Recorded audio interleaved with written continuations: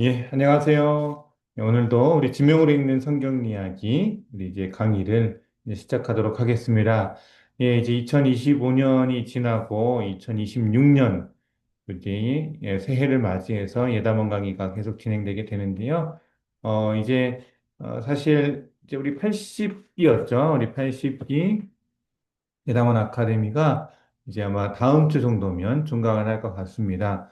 계속해서 우리 신약에 나오는 지명을 통해서 또 그 지명과 함께 그 안에 담겨져 있는 여러 성경의 이야기들을 살펴보았는데 우리가 이 살폈던 내용들을 뭐 다 구체적으로 하나하나 기억하지 못하더라도 또 우리가 강의했던 내용들을 기억 삼아서 또 이 내용들을 또 나중에 또 떠올리기도 하고 또 혹시라도 성경을 보면서 다시금 이 지명을 접하면 이곳에서는 이러한 성경 이야기가 있었었구나라고 이렇게 떠올릴 수 있으면 참 좋지 않을까 생각하게 됩니다. 다음번 예담원 아카데미도 계속해서 성경에 나오는 여러 지명들이 워낙 많이 있잖아요. 그 지명을 가지고 계속 이 성경 이야기를 풀어가고자 합니다. 예, 오늘은 이제 14번째, 벌써 14번째 시간이네요. 우리 14번째 시간을 통해서 살펴보고자 하는 지역은 바로 베데스다입니다. 여러분들은 아마 베데스다라고 하는 이 연못, 못이라고 하는 것을 성경을 통해서 많이 좀 들어보셨을 거라 생각합니다. 우리 이미 이제 오프라인 우리 현장 강의를 통해서 좀 나눔을 했었는데요. 우리 성도님들이 알고 있는 베데스다는 혹시 어떤 것들이 있습니까? 베데스다라고 하는 이름을 들었을 때 내가 알고 있는 내용, 내가 알고 있는 이야기, 아마 우리 많은 성도님들이 그 베데스다 연못에 앉아 있었던 병자, 특별히 38년 되었던 병자 이야기로 가장 많이 이 이야기를 알고 계시더라고요. 예, 맞습니다. 또 신약에서도 사실 그 내용이 가장 크게 이제 차지하고 있고 또 베데스다라고 하는 것이 그곳에서 이제 많이 그러니까 그 지명이 언급되었기 때문인데요. 그래서 오늘날 이 베데스다라고 하는 이름이 또 가장 많이 사용되어 있는 곳이 어디냐 하고 봤더니 바로 병원. 이제 그 병자가 병고침을 받았던 사건을 가지고 아마 그것을 유래해서 병원이나 또 뭐 요양원, 또 약국 아마 이렇게 인터넷에서 베데스다라고 하는 이름을 찾아보면 비슷한 그러한 이름들을 현재 그 이름이 사용되고 있는 것들을 보실 수 있을 겁니다. 특별히 신약 성경에서 요한복음 5장에 이 베데스다 연못 또 그리고 베데스다 병자 이야기가 나오는데요. 요한복음 5장 2절에 보니까 예루살렘에 있는 양문 곁에 히브리 말로 베데스다라 하는 못이 있는데 거기 행각 다섯이 있고라고 이렇게 기록되어져 있습니다. 예, 예루살렘, 그러니까 베데스다라고 하는 것은 결국 이 예루살렘 근처, 예루살렘 안에 이제 있는 못이라는 것을 우리가 알게 되고요. 특별히 여기에 나오는 이제 양문, 이 양문을 또 이제 좀 우리가 좀 살펴보려고 하거든요. 베데스다의 실질적인 기원은 이제 주전 8세기, BC 8세기에 이제 윗수도 이 샘물을 끌어들이는 것 때문에 이제 이 열왕기 하나 또 이사야에 이 등장을 하게 되거든요. 그래서 성전산 이 북쪽으로 이 기드론 골짜기를 향하여서 이 물을 담기 위해서 이 빗물을 담수하기 위해서 만들어진 연못이라고 하는데 이게 이제 주전 2세기 약 200여 년 경에 대제사장 시몬으로 인해서 이 연못이 확장되게 됩니다. 조금 있다가 또 사진을 보시면 아시겠지만 확장된 또 연못이 보이게 되고요. 물론 또 그 안에 여러 웅덩이들이 있고 또 이제 병자들이 실질적으로 또 이제 모여 있었던 곳은 아마 그 웅덩이 근처일 것이다라고도 이야기를 하고 있습니다. 그래서 우선 베데스다 연못이라고 하면 우선 병든 사람들이 모여 있던 장소고 또 아무래도 병든 사람들이 많이 모여 있다라고 하니까 그곳의 분위기가 어떻겠어요? 오랜 절망과 이 좌절이 쌓여 있는 공간이라고 우리가 추정해 볼 수 있습니다. 그러면 이제 조금 더 자세히 이 베데스다를 살펴보면 이제 왼쪽에 보면은 이게 바로 예루살렘 성 안으로 성 안과 밖을 오고 갈 수 있는 바로 양문입니다. 아까 전에 성경 5장 2절 했을 때 얘기했잖아요. 예루살렘에 있는 양문 곁에 히브리 말로 베데스다라는 못이 있으니 이 양문은 밑에서도 뭐 언급했지만 사자문이라고도 불리고 있습니다. 이 문 상단에 보면 네 마리의 사자 조각이 있거든요. 그래서 이것을 또 이렇게 우리가 양문이라고, 사자문이라고도 부르기도 하고요. 실제로 양문이라고 부른 이유는 이때 성경 시작할 당시에 이 바로 양문 밖에서 바로 양을 팔고 사는 양시장이 열렸다. 아마 이 희생제물용, 이제 제사를 드리기 위한 희생제물용 양이 필요했을 텐데 그 양을 이곳에서 구입할 수 있는 시장이 있어서 이곳을 또 양문이라고 부르기도 하고요. 또 하나 이곳을 스데반문이라고도 부릅니다. 이제 사도행전에 보면은 이제 우리가 알고 있는 스데반, 순교자 스데반이 나오잖아요. 그래서 스테반이 이 문 곁에서 순교했다라는 유래에서 스테반 문이라고도 불리고요. 또 여기가 또 생각보다 또 이제 의미가 있고 많은 성도님들이 성지순례를 가면 찾는 이유 중에 하나가 비아 돌로로사 예수님께서 십자가를 지시고 가신 길이 바로 이 양문에서부터 시작한다라는 것이죠. 그래서 여러모로 참 의미 있는 지명이고 또 지역이라고 생각을 합니다. 자, 그래서 이 양문 곁에 가면 이 베데스다 연못 지금은 이제 물이 다 말라 있어서 돼 있지만 생각보다 이 깊이가 좀 많이 깊고 또 이 연못의 크기가 상당히 큰 것을 볼 수가 있습니다. 자, 그리고 이제 이 사진을 보시면 이제 지도인데 이 왼쪽에 있는 것은 이제 우리 예루살렘의 어떤 지도와 같은 것이죠. 그래서 네모로 이렇게 제가 좀 표시를 해 놨는데요. 양문이 있고 이 양문으로 나가자마자 바로 베데스다 못이 있게 됩니다.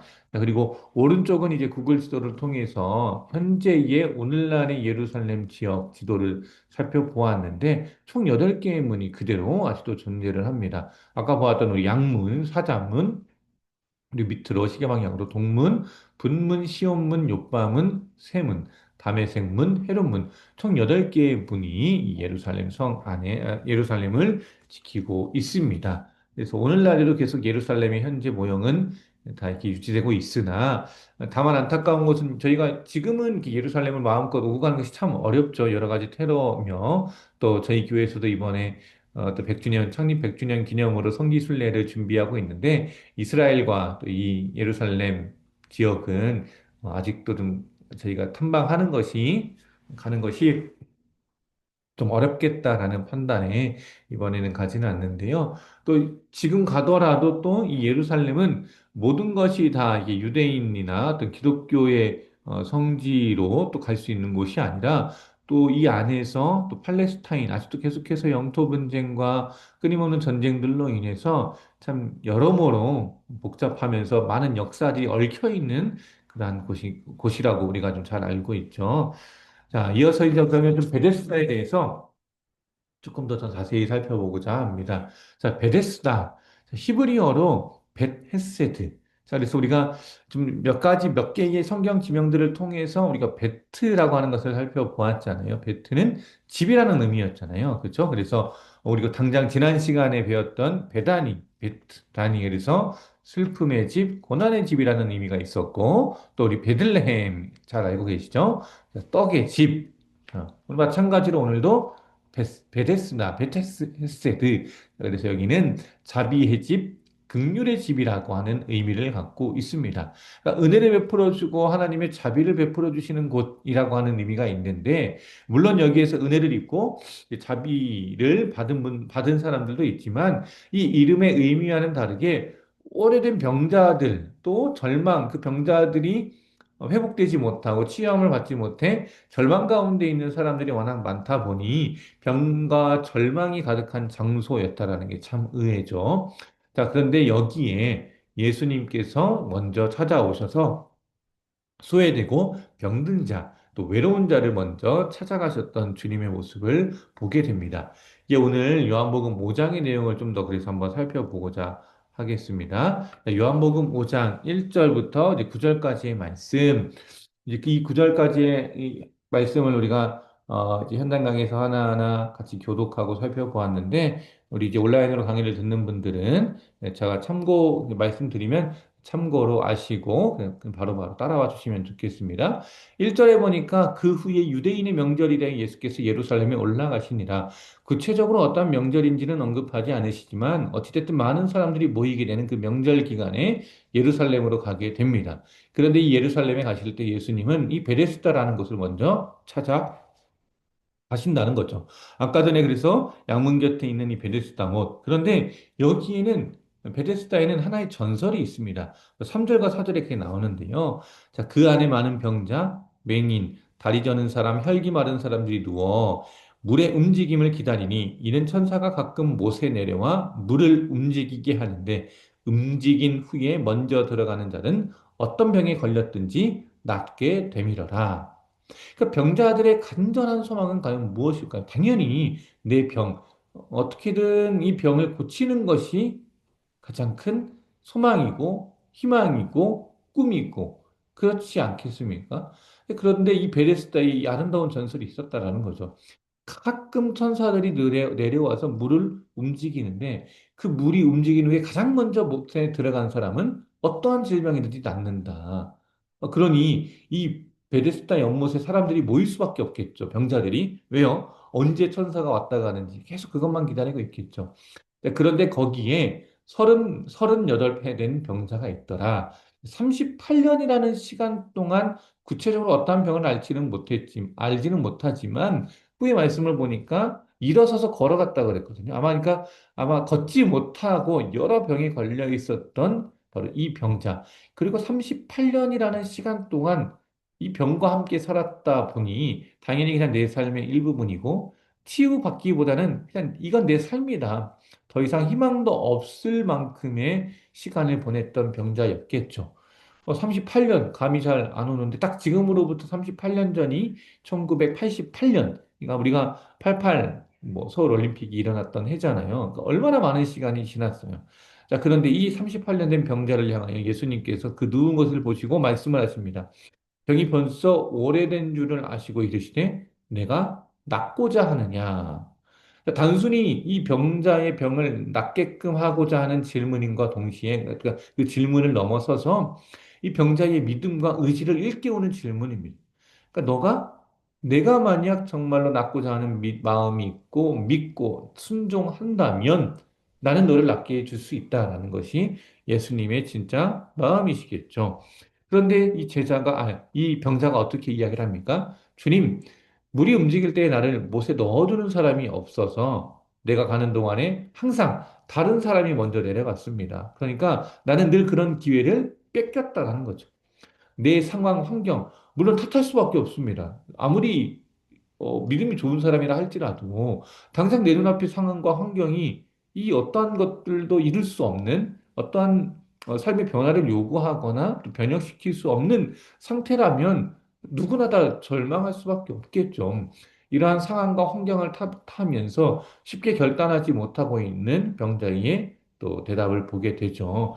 자, 오른쪽에 보시면 바르톨로메 에스테반 무리오의 이 그림, 이제 당연히 이 병자 누워있는 병자의 모습과 일어서서 이 병자를 바라보며 오른손으로 일어나겠느냐, 내가 낫고자 하느냐라고 말씀하시는 듯한 예수님의 모습을 보게 됩니다. 그런데 이제 이 병자를 향해서 예수님께서 어떻게 선포하십니까? 8절이죠. 예수께서 이르시되 일어나 내 자리를 들고 걸어가라.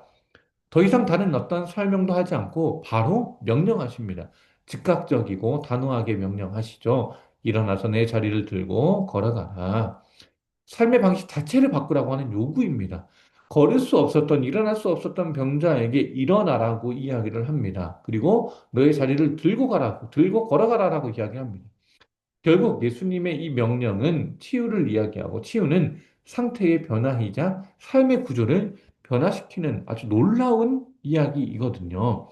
자, 이 성경의 이야기, 요한복음 5장 이 베데스다 연못의 병자 이야기를 통해서 우리가 한번 좀 적용해 볼 수 있는 것, 묵상해 볼 수 있는 것, 또 우리의 삶에 직접적으로 연관시켜서 생각해 볼 수 있는 문제는 과연 무엇일까? 그것은 바로 내가 가장 익숙해져 버린 문제는 무엇이 있는가? 38년 된 병자처럼 당연스럽게 그냥 받아들였고, 이제는 더 이상 해결되지 않을 것이라는 이제는 어떠한 것도 기대할 수 없을 것이다라고 하는 그러한 문제들이 혹시 우리 안에 있지는 않는지, 낙담하고 절망하는 우리의 신앙과 믿음의 모습이 있지는 않는지 한번 돌아보고자 하자, 돌아보는데 한번 생각을 해보면 좋겠다라는 거죠.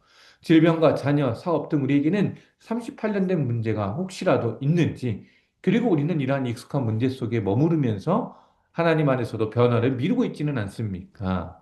하지만 우리가 또 예수님의 질문 앞에서 우리는 또 예수님의 그 변화 가운데서 응답하고 또 예수님을 통해서 달라져야 하지 않겠습니까? 그래서 예수님의 질문 앞에서 나는 과연 변명하고 있습니까? 응답하고 있습니까? 라고 하는 이 질문도 한번 생각해 보았으면 좋겠고, 마지막으로 일어나 걸어가라 라고 하는 말씀을 나의 삶에서는 그러면 어떻게 순종하고 어떻게 적용할 수 있을까? 우리 지금 강의를 듣고 있는 성도님들에게 예수님께서 당장 일어나 걸어가라라고 하는 말씀을 딱 듣는다고 하면 이 말씀이 내 마음 가운데 왔을 때 나에게 어느 부분에서 나의 믿음과 나의 또 삶의 어떤 부분에 이게 가장 와닿으셨는지 한번 생각해 보셨으면 좋겠습니다. 성경 공부 우리가 이제 현장 강의를 통해서 이야기했을 때 아직도 풀리지 않은 여러 기도의 제목들이 있으시더라고요.